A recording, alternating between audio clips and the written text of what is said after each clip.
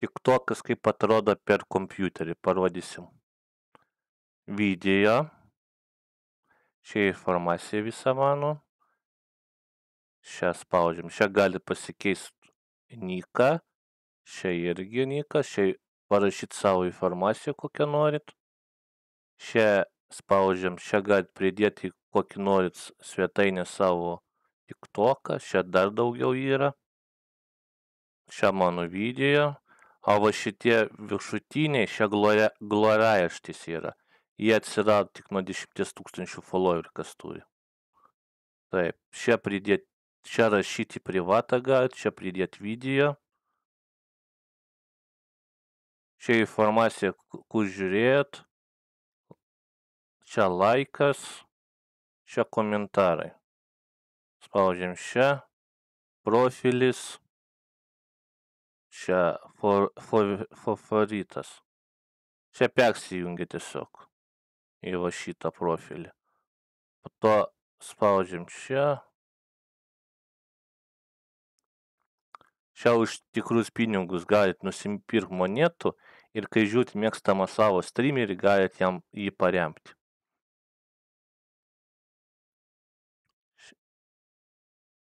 Čia statistika jūsų.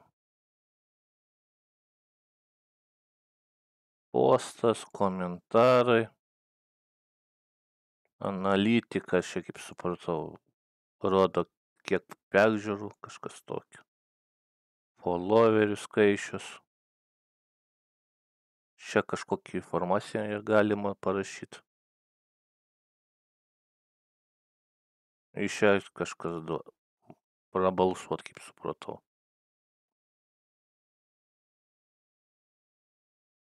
Aš tiesiog nenaudoju, tai aš netgi nežinau.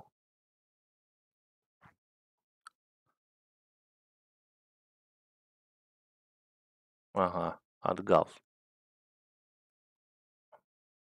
Taip, spaudžiam čia. Čia skirta programa kaip OB studija, tik tai, kad veikia ant TikToko.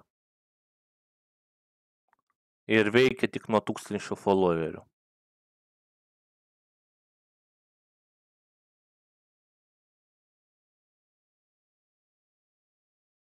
Čia nustatymai, va šitos programos, čia settingai. Galiu parodyti. Čia tas pat bus. Nes per tą programą čia nustatymus galima daryti. Nu, čia pas mane va taip padaryti.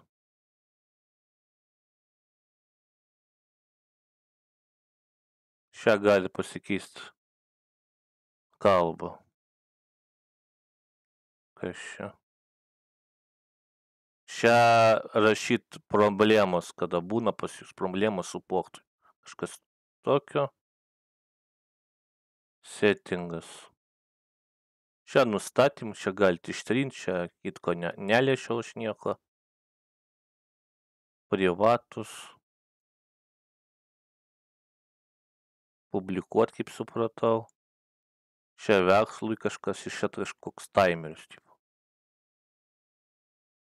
Čia kalbą pasikeiti, čia suportas.